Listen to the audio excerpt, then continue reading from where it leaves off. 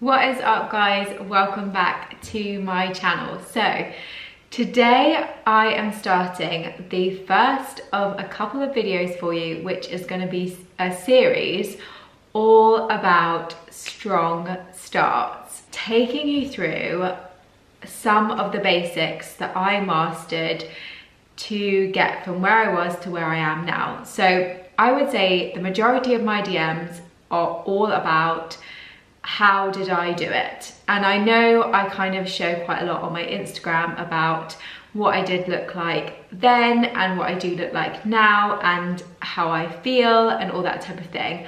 But I want to kind of share with you guys more, I think, how I kind of went through that process and also what journey I'm on now. So this first episode is going to be all about how I lost weight and toned up and how I guess I went through that physical and mental transformation, which I have shown you guys quite a few times on my Instagram. So the first thing that I just definitely want to say is to caveat this video that you absolutely do not need to lose weight, tone up, build muscle, whatever you want to call it.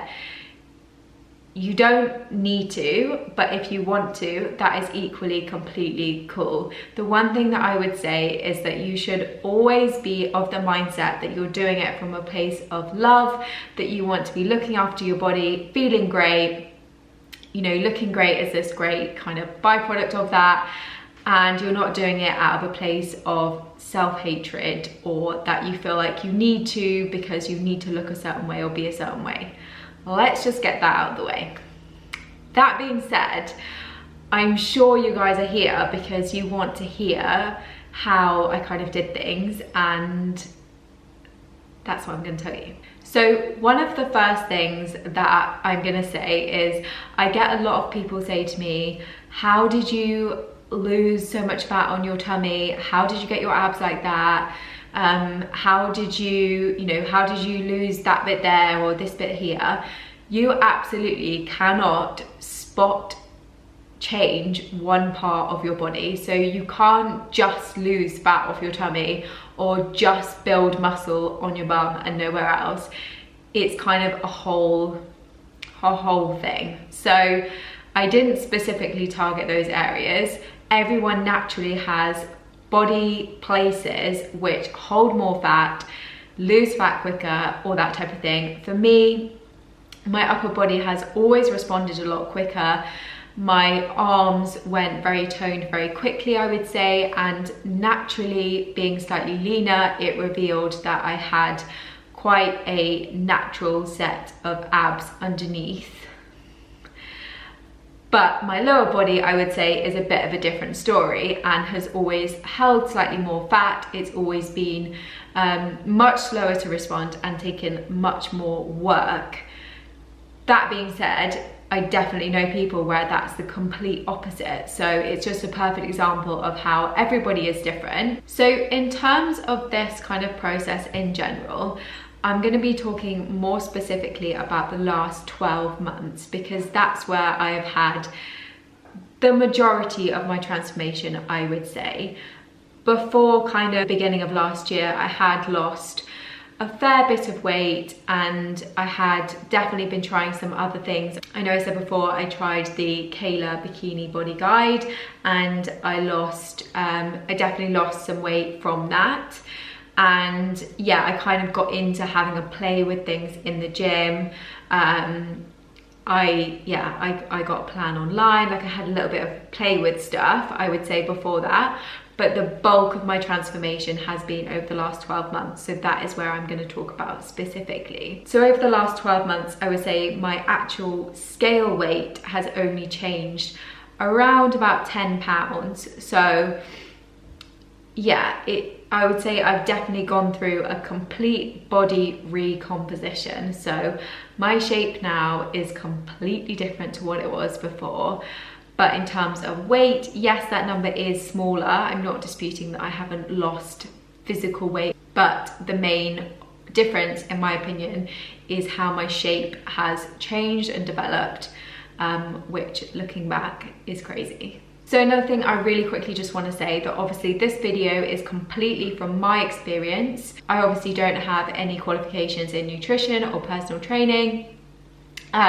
This is all from my experience, what's worked for me, and yes, so I'm sharing that, what has worked for me, and do with that what you wish. So first up, let's talk about exercise. So about 12 months ago, I completely changed my style of training. I had a rough introduction to some weight training, but I hadn't really found the style which worked quite for me. Now, I completely shifted things. So I went from doing what was a lot of reps and sets with like lighter weights, I would say, to shifting it to really focusing on short, simple sessions which mastered the basics. So I've said this before, but really nailing those compound lifts. So that's things like your squats, your deadlifts, your hip thrusts, your military press, chin-ups, all those types of things, nailing those compound moves as the main part of my workout, and then adding some accessory moves in afterwards which were complementary to whatever body parts I was working that day. I did kind of start the year focusing more on a body part split. So I would do roughly 2 to 3 leg days or lower body days a week, and then I would do 2 upper body days. That was kind of how I started the first couple of months of last year, because it really helped me focus on which area I was working, I guess. So I went into the gym that day knowing I was focusing on my lower body and I was going to kill it, and then the next day knowing I was going to focus on upper body, and just not faffing around trying to get everything done really quickly, just slowing things down, mastering the compound lifts like I said, and then progressively adding weight to them over time. So I set up a spreadsheet on my phone and just recorded the weights that I was lifting. And then every week when I went back in to do that same session again, I would be gradually trying to lift more weight or do more reps on that exercise. So for example, say I squatted 50 kilos for 3 sets of 6. Then the next week I would maybe try and do 52 kilos for 3 sets of 6. If I couldn't quite manage 3 sets of 6, I might be able to do the slightly heavier weight for the first set and then drop it back down for the next 2. Then the next week I might get 2 out of the 3 sets of that week. And you can see how like over time, when you look back over the course of 12 weeks, you've actually added 10 kilos to what you were squatting. And it's just those tiny increments that is what makes up progressive overload. So yes, I got to grips with progressive overload. I tracked what I was lifting and I just took things right back to the beginning. So after I kind of did that for the first couple of months, like I said, my upper body responded really, really quickly, and it still is now. I find that it maintains a lot easier than what my lower body does. That is just kind of my genetic makeup, and everyone is different. So whilst I was doing this, the only kind of cardio that I was doing was walking. Yeah, walking. No HIIT, no fancy circuits, nothing like that, just literally walking. Now, I know that walking doesn't sound that exciting, and to be honest with you, I know that when you see a lot of people on Instagram doing these really crazy HIIT workouts, it even makes me watch them and go, I wish I did stuff like that. But just for me, it doesn't quite work for me right now, and I might get more into them as I get more into different things, but the last year or so it hasn't really worked for me, and what I've really been enjoying doing is walking. So I start every day, and I did for all of last year, with roughly a 40-minute walk with Tobes, and then throughout the day I would be trying to increase my non-exercise activity thermogenesis, so my NEAT, which is kind of the calories you burn not from specific training, so from just walking around and getting my steps up basically. So I would aim for roughly around 10,000 steps a day, and yeah, like I said, the main chunk of that would be done in the morning, and then throughout the day just trying to keep active. So after I kind of did that for a couple of months, like I said, my upper body responded really quickly and definitely toned up a lot quicker than what my lower body did. So I really wanted to try and shift my focus specifically onto my lower body and kind of just chill out a bit at the top, because it didn't need as much work kind of going on there because it responded really quickly.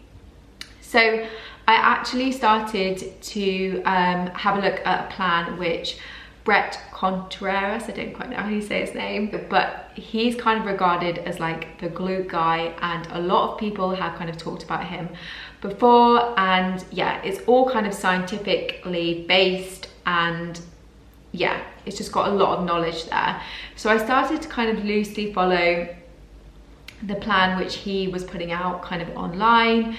I think it was like a really small kind of like monthly subscription. So the main focus of that style of workout was it was more kind of full body and focusing on a lot less volume, I would say, on my upper body, but still all centered around mastering the compound lifts and accessory movements which kind of complemented that, but which were obviously beneficial. So that kind of carried me to the end of last year roughly, and then obviously from then I have then been working with Jack, because I'm really keen to keep moving forward and to actually keep learning, keep progressing, and just keep things going. I think it can feel really daunting when you actually get to a point where you think, well, I'm kind of in shape now, what do I do?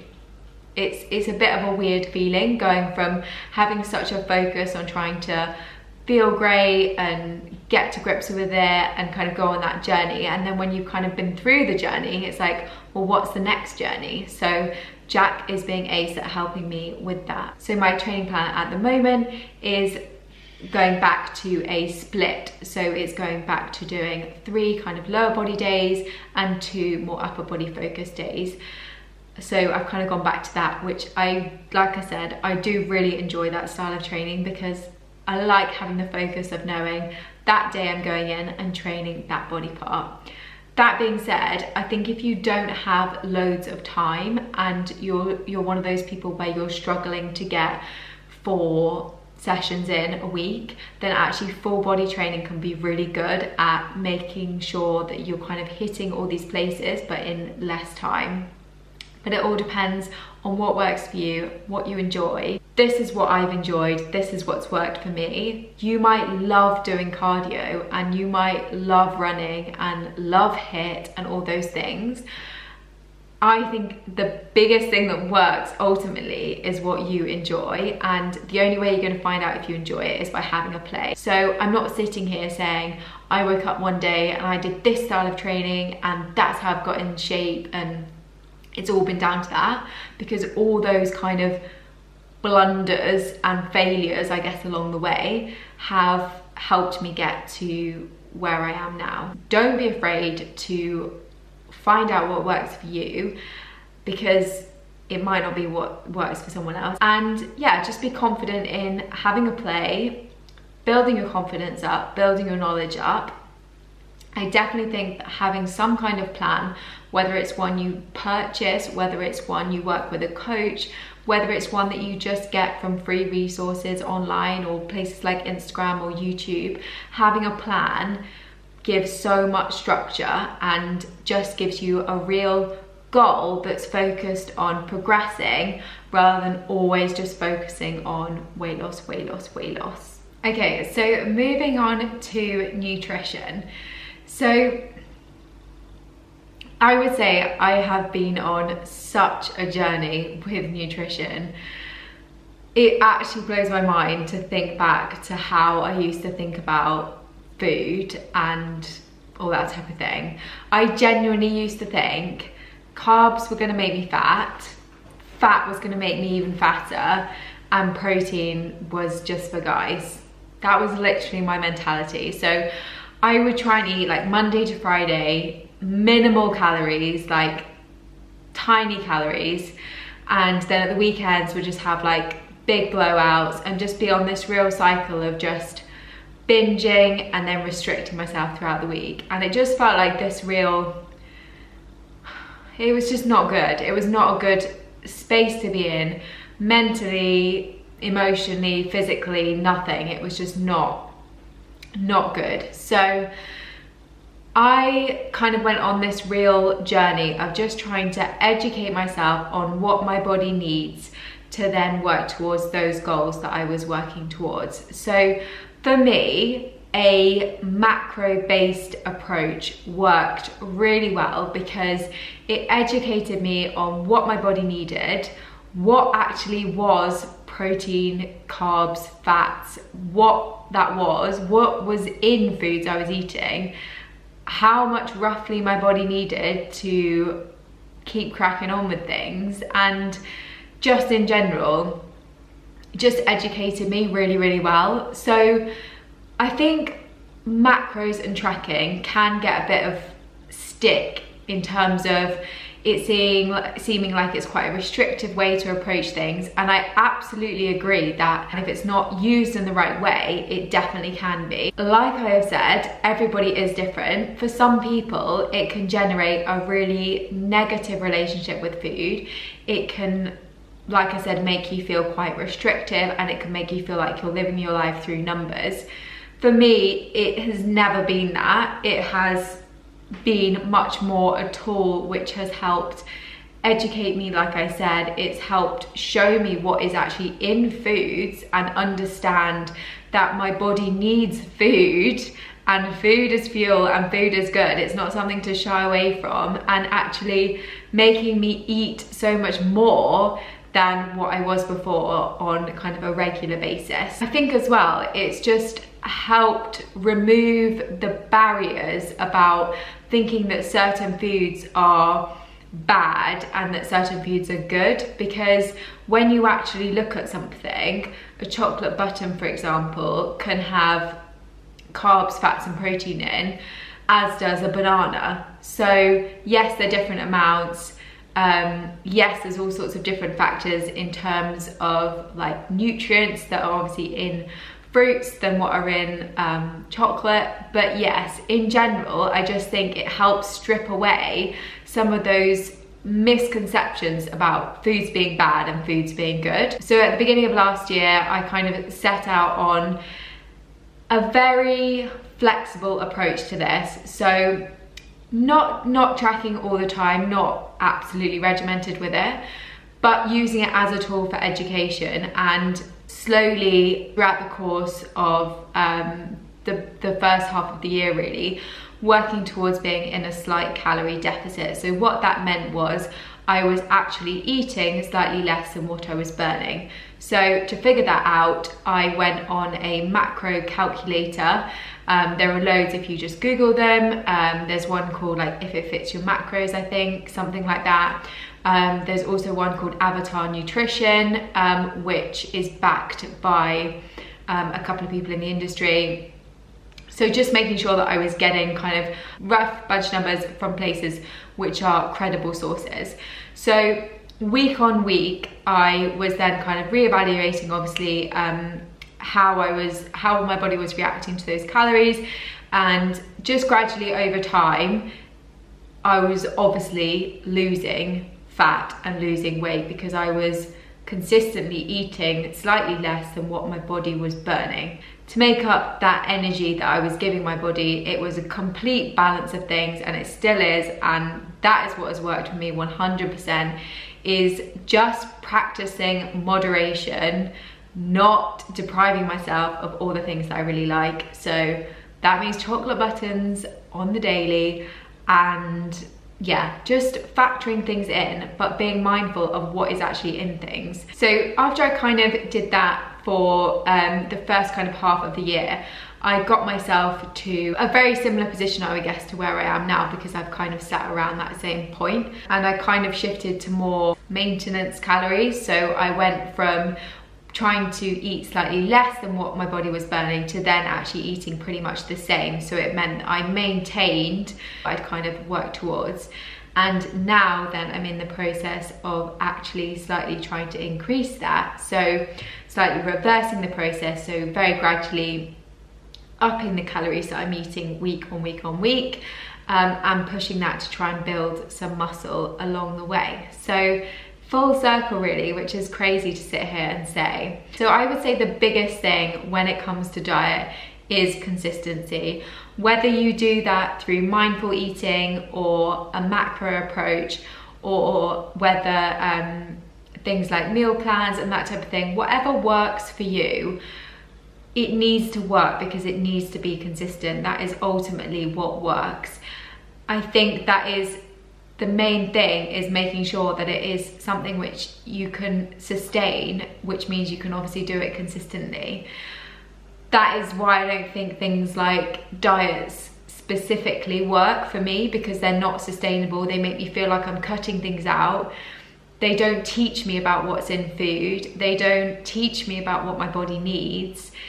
It just kind of tells me and makes me feel like I've got to follow something, rather than making me feel like I can actually just live and learn and all that type of thing. So just to summarize, I would say that education is the biggest tool that I have found has helped me along this way. It's what's given me the knowledge to be brave enough to try new things, to feel confident in what I'm doing, and to just help me curate this as more of a lifestyle, rather than feeling like I'm following like a set plan and that type of thing. I'm by no means saying that I don't have steps still to go and that I'm completely done and like I've completed it. I'm not saying that. I still have to work on things, and as your goals change, your body changes, your mindset changes, you equally come across new challenges. Right now I've obviously got the new challenge that I'm actually seeing the scale weight start to slightly go up, which is something I've never had before, not in like a good way, I guess. So it's really cool. It's really cool to then have to be going through this in different ways. And yeah, that's why education is so important, because it means you can keep adapting, rather than feeling like when that plan stops, like the rug's pulled out from underneath you and you're like, well, what am I going to do now? It means you can keep adapting as things change, goals change, circumstances change, all that type of thing. In terms of how I measure things like progress, I would say that, I know a lot of people have said this as well, that scale weight isn't necessarily the best thing to go off. And again, if it triggers a negative relationship, I would just say, just don't do it, because they're just numbers at the end of the day.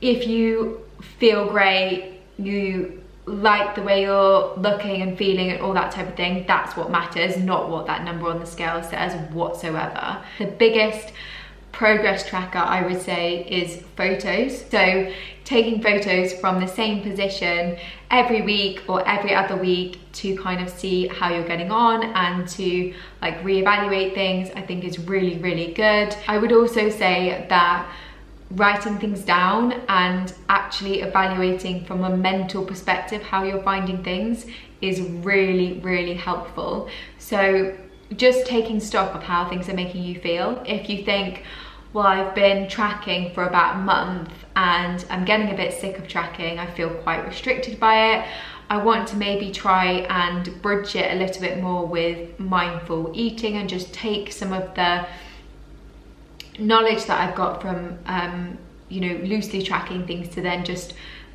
releasing it a bit and just kind of eating roughly similar things now that I know what's in what I'm eating and all that type of thing. I think stuff like that only happens when you stop and you rethink and you actually look at how you're feeling rather than how you're looking. So I would definitely say that, yeah, taking stock of what's going on the inside is more important, definitely, than just looking at what is going on the outside. So I hope you guys have enjoyed this video. Like I said, I'm going to be uploading a couple more of this series, which is all about strong starts and just taking you guys through some of the basics and just keep sharing my journey as I go. Please do make sure that you like and subscribe if you did enjoy this video, and make sure you check me out on Instagram too, and let me know what else you want to see in the next couple of episodes, and I'll try and film them for you.